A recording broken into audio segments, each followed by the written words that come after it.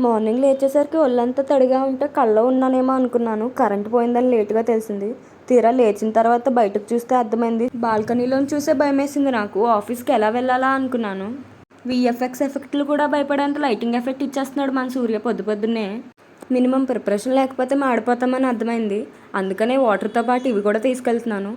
ఇవి కూడా ఎండకి ఎక్కడ బాయిల్ అయిపోతాయని నా బాటిల్కి బట్టలు వేస్తాను. పెద్ద పెద్ద టైలర్స్ కూడా కుట్టలేరేమో, అంత గట్టిగా కుట్టేసే దోమలు రాత్ర. అందుకనే ఈ బాహుబలి ఆయుధం. ఫైనల్గా ఒక మాస్టర్ ప్లాన్ వేసి గొడిగేసుకొని వెళ్ళిపోతున్నాను ఆఫీస్కి. నాన్నకు ప్రేమతో మూవీలో ఎన్టీఆర్ లాగా I wanna follow follow follow follow follow follow you అనుకుంటూ నా వెనకే వచ్చేస్తున్నాడు.